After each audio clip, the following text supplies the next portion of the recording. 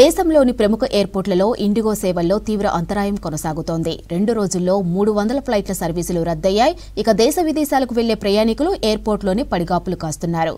అటు 48 గంటల్లో తమ కార్యకలాపాలు సాధారణ స్థితికి వస్తాయని స్పష్టం చేసింది ఇండిగో సంస్థ. ఇండిగో విమాన సేవల్లో తీవ్ర అంతరాయం కొనసాగుతోంది. దేశవ్యాప్తంగా 2 రోజుల్లో 300 విమాన సర్వీసులు రద్దయ్యాయి. వివిధ రాష్ట్రాల్లోని ఎయిర్పోర్ట్లలో దేశ విదేశాల ప్రయాణికులు పెద్ద ఎత్తున ఉండిపోయారు. గమ్యస్థానాలకు ఎప్పుడు చేరుతామో స్పష్టత లేక ప్రయాణికులు అయోమయంలో పడ్డారు. ఫ్లైట్ల ఆలస్యంతో ప్రయాణికులు తీవ్ర ఇబ్బందులు ఎదుర్కొన్నారు. రోజుకు 2200 విమానాలను నడుపుతున్న ఇండిగో ఈ నెల 2న 35% మాత్రమే సరైన సమయానికి నడిచాయి. और रात को 3:30 बजे हमारी फिर दिल्ली से बैंकॉक के लिए फ्लाइट है।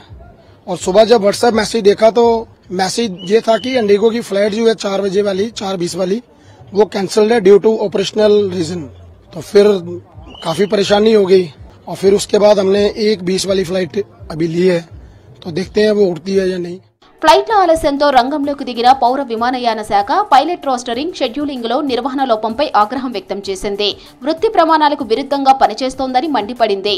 అంతరాయాలకు పైలట్ల కొరతే కారణమని డీజీసీఏ తెలిపింది. ఢిల్లీ ముంబై, ఢిల్లీ బెంగళూరు, ముంబై బెంగళూరు వంటి కీలక రూట్లలో విమానాలు ఎక్కువగా ఉన్నట్లు వివరించారు. సమస్యను పరిష్కరించేందుకు కృషి చేస్తున్నామని ఇండిగో తెలిపింది. ఫ్లైట్ క్యాన్సిల్ తో ప్రయాణికులను వారి గమ్యస్థానాలకు చేర్చేందుకు ప్రత్యామ్నాయ ఏర్పాట్లు చేస్తున్నట్లు తెలిపింది. 48 గంటల్లో తమ కార్యకలాపాలు సాధారణ స్థితికి వస్తాయని స్పష్టం చేసింది IndiGo. So they are saying one, they don't have crew, they don't have crew to operate Indigo flights, and they are not getting parking slots, and their flights timing they don't know. They are switch off their mobile first of all. They don't give any proper communication. They are reluctant to give water also. They don't have any concern. Three passengers fainted. They don't in the airport. They don't even considered.